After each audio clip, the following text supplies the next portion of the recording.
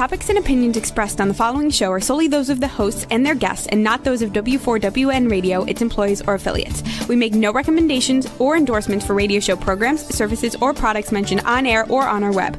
No liability, explicit or implied, shall be extended to W4WN Radio, its employees, or affiliates. Any questions or comments should be directed to those show hosts. Thank you for choosing W4WN Radio. This is Beyond Confidence with your host, Divya Park. Do you want to live a more fulfilling life? Do you want to live your legacy and achieve your personal, professional, and financial goals? Well, coming up on Divya Park's Beyond Confidence, you will hear real stories of leaders, entrepreneurs, and achievers who have stepped into discomfort, shattered their status quo, and are living the life they want. You will learn how relationships are the key to achieving your aspirations and financial goals. Moving your career or business forward does not have to happen at the expense of your personal or family life, or vice versa. Learn more at www.divyapark.com, and you can connect with Divya at contact@divyapark.com. This is Beyond Confidence, and now here's your host, Divya Park. Good morning, listeners. It's Tuesday morning, and I'm here with y'all. Super excited to be with you. And I'm sure that each and every one of you is hearing about AI because AI is everywhere.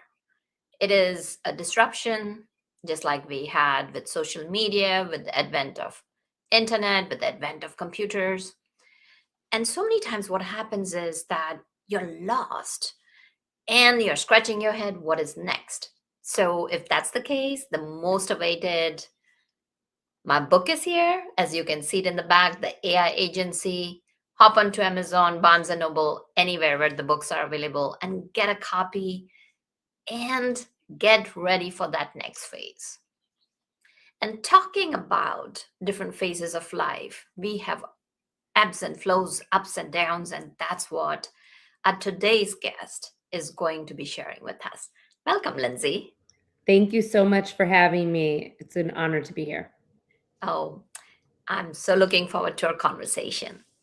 So, Lindsay, tell us if you recall a moment from your childhood or youth when there was a moment or a person or an event that left a positive mark on you. Oh my God, so many. That's a very big question, huh? I would say a moment from my youth. Do you want me to really go back to like my youth or? Okay, so my grandfather played a really big role in my life, a huge role. And I guess this wasn't my youth, but it was in my younger days. And he basically, he encouraged me to do everything and anything that I wanted to do. And, he was a very soft-spoken veteran. And you would look at him and think he was, this guy's guy, which I guess to some degree he was, but he had such a big heart and such a soft spot for all the women in his life, his wife, my mom, me, my aunt, my kids. When they were born, they were so lucky that they got to meet him. And, I think, I don't think there was necessarily one instance, but I want to just point this out because he was really the person who, one, pointed out that I could do anything, and two, supported me in every single thing that I did and really gave me the courage to go for what I believed in. And I think that in saying that out loud, I don't think a lot of people would necessarily say that about their grandfather.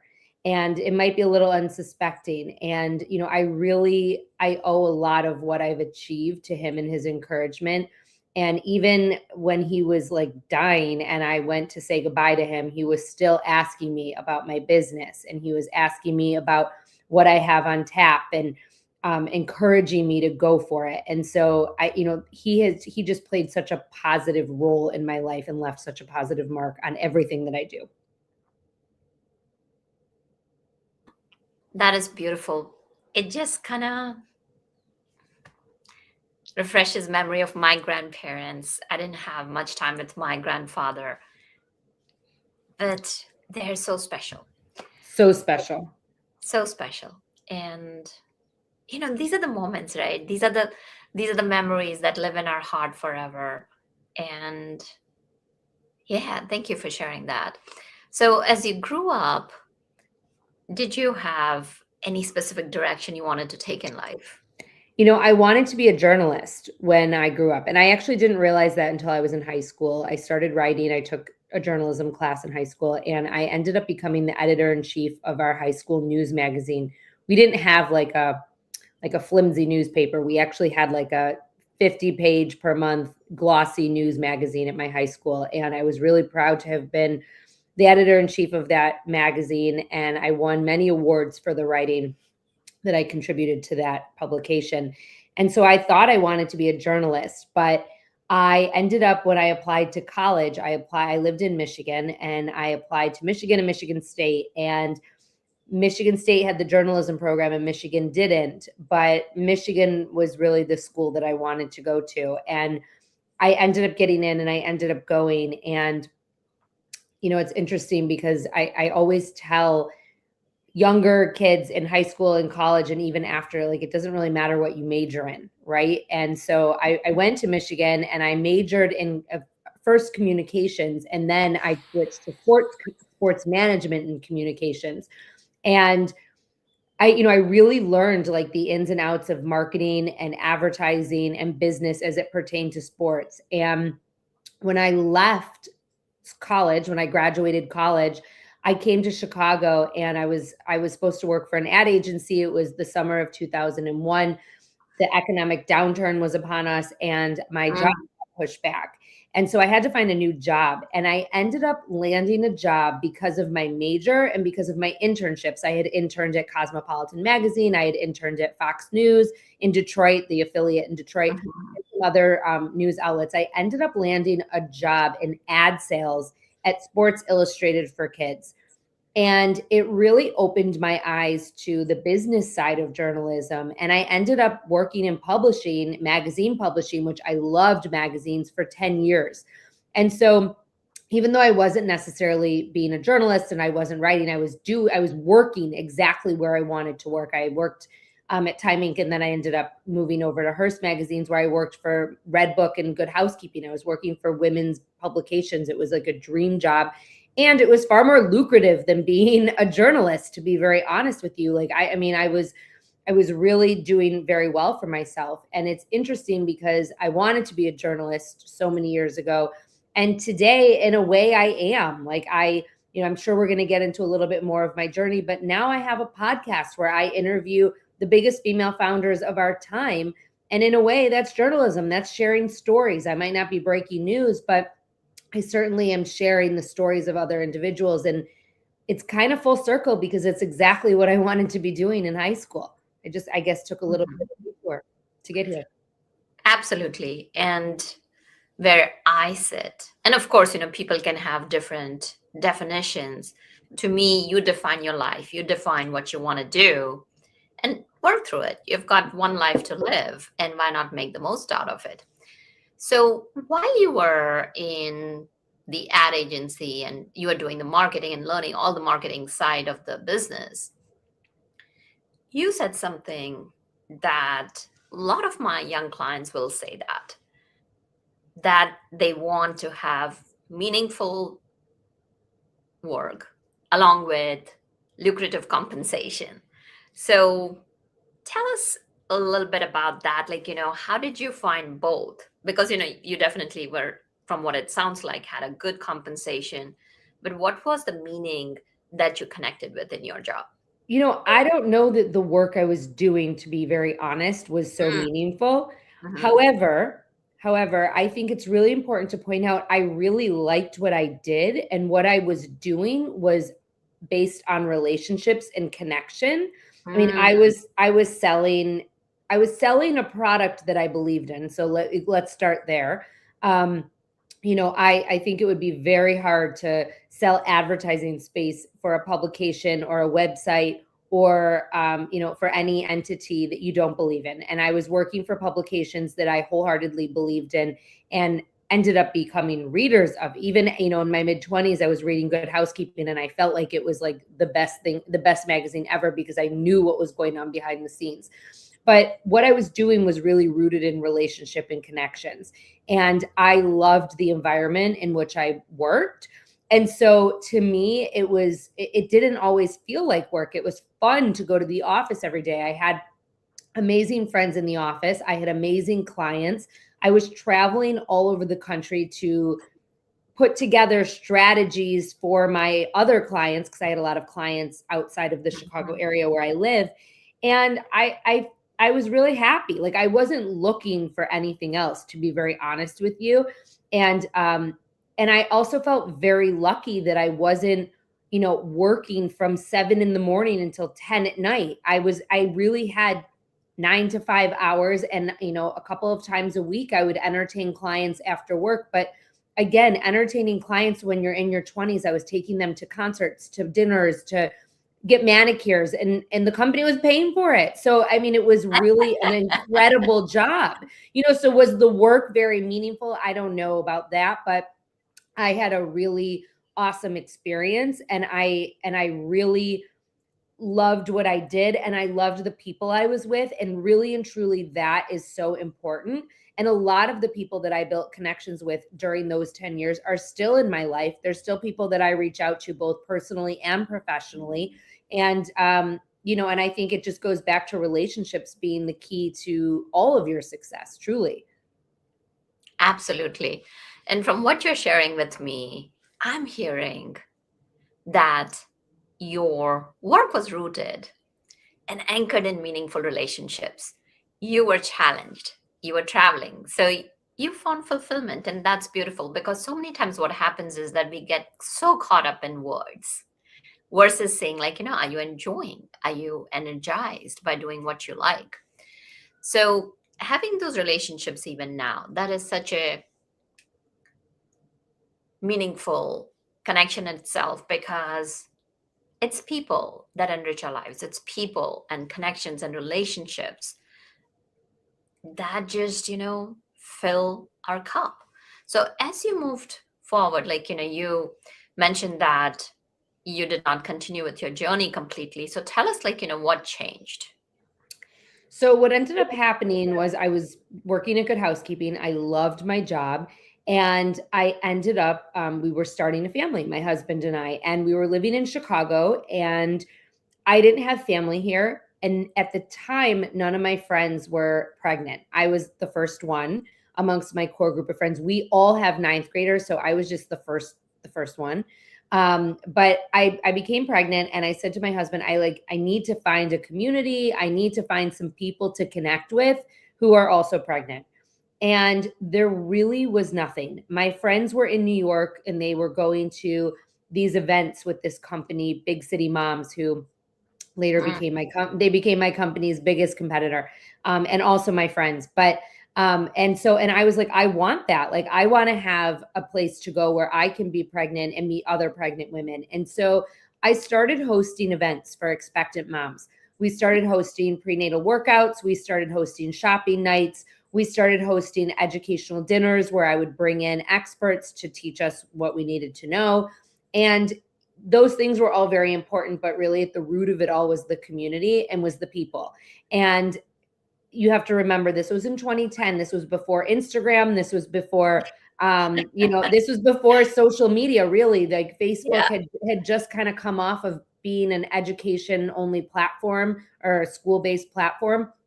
And so, it was a very different world that we were living in, and everything that we did, my company was called Bump Club and Beyond, really was rooted in word of mouth marketing at first. And so I told people I was hosting events, and I said, if you have any pregnant friends, send them my way. And they did. I mean, the first event, I think we had 50 people that showed up. And the second, we had 75. And then people started paying to come to my dinners. And really, it was rooted in community. And I'm not one to go halfway with anything that I do, I guess. And so, I was using my advertising relationships and my skills to get sponsorships and to reach out to brands to be a part of what I was building. I had a very engaged community of expectant moms, and brands and businesses really only have a 6-month window to capture those women, because they're not publicly pregnant for the first 3 months. And so, I created this very engaged community that over the next decade became 3 million people per month we were reaching. We were working with brands like Nordstrom and Target and all of the baby brands and a lot of the CPGs. And we were hosting events in 30 cities across the country. I mean, eventually, obviously, I grew the business. I had a team. And as social media became a thing, we became a player on social media and we started sharing content online. And so I grew the business to a 7-figure entity. And you have to remember as I'm explaining this to you, there was no product. The product was the community. And so really it followed the media model that I was so, used to in magazines. And that was, my subscribers were the people that were coming and my advertisers were the sponsors. I did end up leaving my corporate career, and we can talk about that if you want to talk about that. But yeah. I did end up leaving my corporate career a year into starting Bump Club. And so many women are there, right? Like the professionals, whether it's men or women, and sometimes they're in that machine. You just keep on going one year after another. Okay, you get your promotion, you get your performance reviews, and you have done excellent. But the key is that, okay, even if you have exceeds expectations, the next year, not only you have to maintain that, but you have to exceed even that. And some people thrive on it, because I have some clients who literally enjoy doing that. And yet there are some who are questioning and saying, as you mentioned, that working 7 to 7, or even sometimes, from the time they wake up to the time they go to sleep, they're completely working. So how did you make that decision? Or when people are making that decision, how can they go about it? It's interesting because that decision, I really wanted to do both. I really wanted to just host these events kind of on the side for me and for the community that I was building in Chicago. And that decision wasn't necessarily made for me. I wasn't let go, but I had a female boss who was not a mother. And when I came back from maternity leave, she actually was horrible to me. And she said, if I find out that you're working on this side hustle that I hear you have, there's going to be repercussions. And it was kind of ironic because I worked at a company at the time. I worked at Hearst Magazines, and everyone at Hearst Magazines, even the highest of executives, had side hustles. They were writing books. They were using their connections within the industry to host book parties. I mean, everyone was doing something else. And this boss of mine did not like that I had something else on the side. And, what ended up happening was I said to my husband, I think she's going to make my life miserable. I think that I should give this a try. What is the worst that happens? And can I live with that? And the worst that could have happened was the business didn't go anywhere. And could I live with having to go back and get another job? And the answer was yes. And so I ended up, I went back to work after maternity leave for maybe 3 weeks. And then I gave my notice. And I was really scared, to be honest, because like I shared with you, I had a great job and I had very lucrative compensation. And, we were all of a sudden going to have to kind of just make some changes in our lifestyle. However, I also wanted to be present for my daughter. And so that was a very important thing for me as well. And really and truly, my goal the first year was to pay the nanny, the part-time nanny that I had. And I more than exceeded that goal. And, and I never looked back. Now, had it not worked out, I would have looked for another job. And actually, I was called for about a year. I was called for jobs in the ad industry after I left Bump Club. And then I think people realized, okay, she's not coming back ever. But, it is a really hard decision. But I think that if you're able to do it, then it is worthwhile to explore. I didn't just cut the cord right when I started this company. I had income coming in. Was it the income that I was used to? No.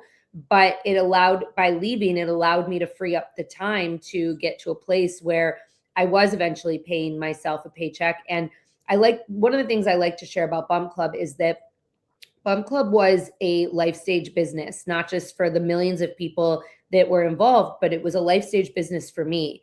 And I was a young mom when I started it.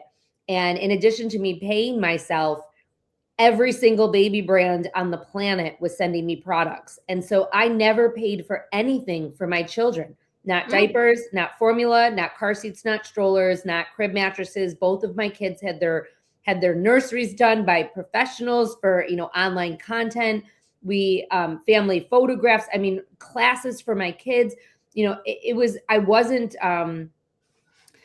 will say I was kind of like an influencer of that time in the parenting space. Influencers weren't a thing yet, but and so, I was blogging about these experiences, and even though I wasn't necessarily creating the monetary compensation for myself that I left, I was more than making up for it through this life stage business. And it was allowing me to spend time with my daughter, which was very important for me.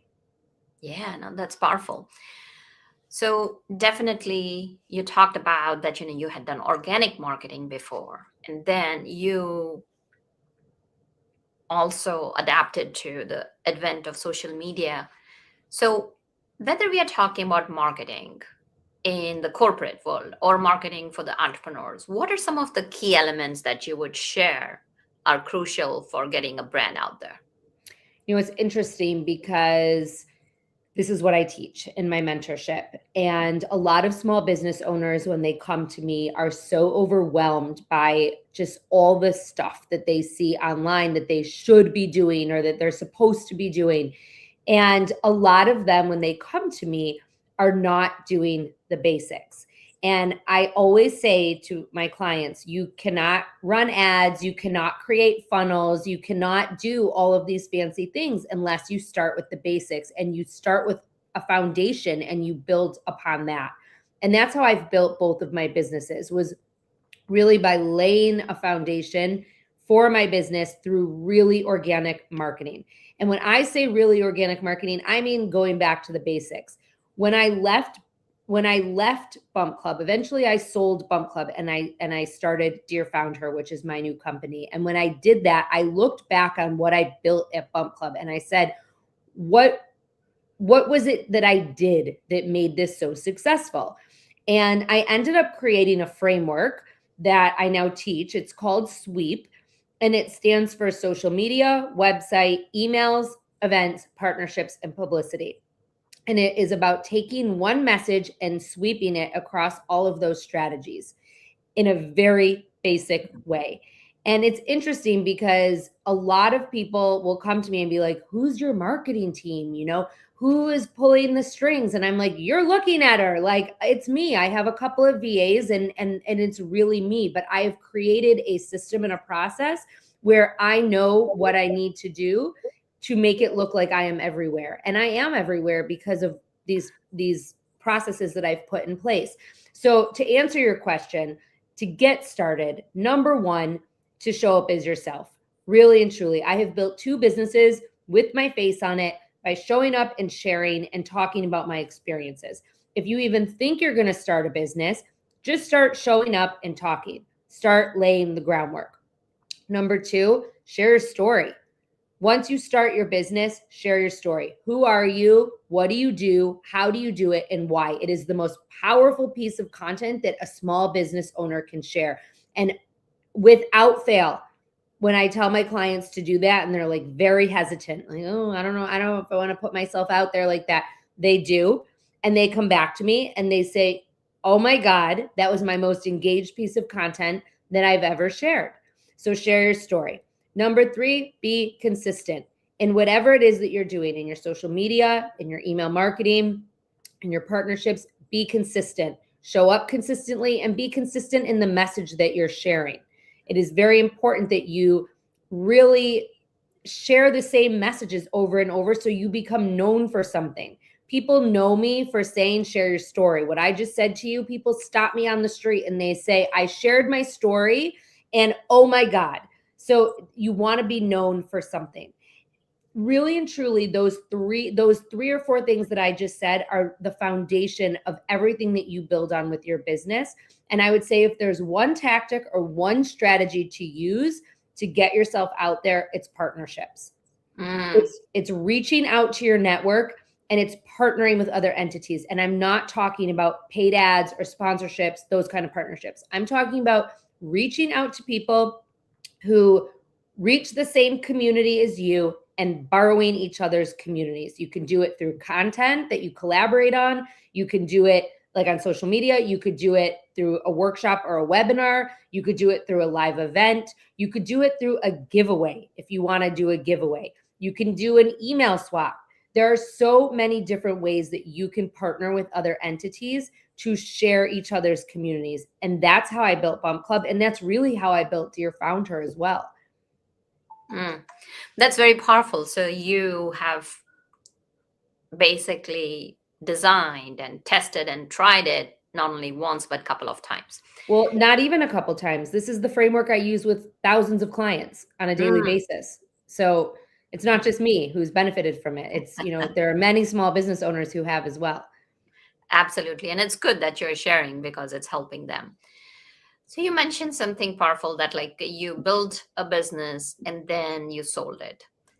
So there are a lot of business owners who may be thinking that, I want to be successful and then I want to sustain that success. And yet what I'm hearing is about the exit strategy. Do the entrepreneurs or even small companies need to start thinking about exit strategy from the time they're building? And if yes, what does that look like? I can only speak to my own experience. Okay. So which I want to caveat because I think there are a lot of different ways to build a business. There are a lot of different businesses to be built. My business was very unique in that it was a community and I was the face of it. And one of the things that I would say, and I do say often to business owners, is you want to make your business and build your business in a way that it can function without you. And I didn't do that. That was like my biggest mistake. I was the business. And, I think that it's real. And when I left, when I sold the company and I said to the new company, all right, now you need to get some other faces, some other moms to really be the faces of this business. They didn't want to because I had built the trust and the equity with the millions of people who are now following us.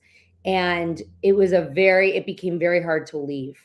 And it was very hard to leave, both personally and from a personal standpoint, I didn't want to leave my team high and dry. I didn't want to leave my community high and dry, but I was also being corporately abused by these people who bought my company and were not living up to their contractual obligations. And so it was a really tough situation. And so I would say you always do want to think about, what is this going to look like when you leave?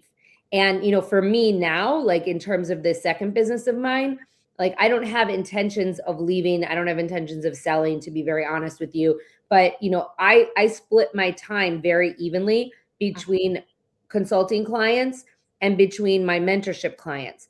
And I have built a community for small business owners that really and truly, if I wanted to turn it over to someone else tomorrow, the community piece of it, I absolutely could. And with my consulting clients, if I wanted to stop tomorrow, I absolutely could. And, I'm not necessarily indebted in a way that I was previously. And that is built by design. A lot of people ask me now, are you going to hire employees? And I don't want employees.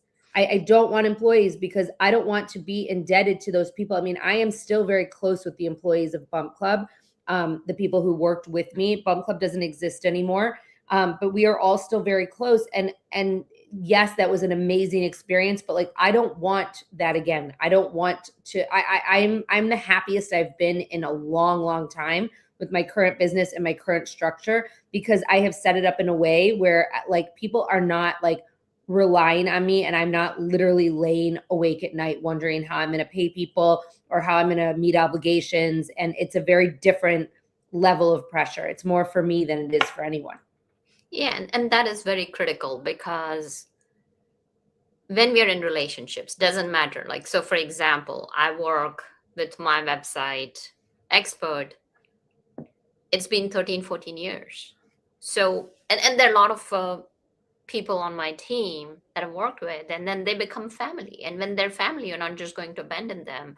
And it's important to have that structure and think about that as you're planning and growing your business, because the exit strategy is going to come someday. And why not think about it? So thank you for sharing your journey with us. And could you tell our audience if there was one or two things that they could use from your experience and you're helping out so many clients, what they could get started with now in the marketing or mindset? Like I said earlier, I think it's very important that if you have an idea for a business, or if you think you want to start a business, start talking to your ideal customer online. That doesn't mean you have to be selling to them. That's literally you building your authority, building your expertise. It doesn't have to be on social media. It could be on Instagram or LinkedIn or TikTok or whatever. But you could also be writing a Substack. You could also, be sharing on a blog. There are so many different ways. Just start talking to them and start solving the problem for them. Eventually, your idea will likely be shaped by the responses that you're getting from that content that you're putting out. And so that's what I would say, number one, in terms of getting started. And number two, I would say, don't hesitate. It's never going to be a right time. Everything's, there's never going to be like this perfect time where everything's aligned and you can just get started, and it's going to be messy, and that's okay. One of the things that I talk about a lot, because my community is really for women business owners over 40. And a lot of the women who come to this community are very hesitant, and they have imposter syndrome, and they think they don't belong there. And I don't know about all the technology. It doesn't matter. It really doesn't matter. What these women have is experience. So tap into your experience, no matter what it is, and use it to propel yourself forward. Don't look at it as a hindrance. Yeah, very powerful. Don't hesitate. Take that step towards the life. And where can they connect with you? Where can they find you? The best place to find me is on Instagram at dearfoundher, or at www.dearfoundher.com. And everything is linked there. My podcast, my newsletter, my email, etc. It was lovely having you, Lindsay. Any last thoughts that you'd like to share?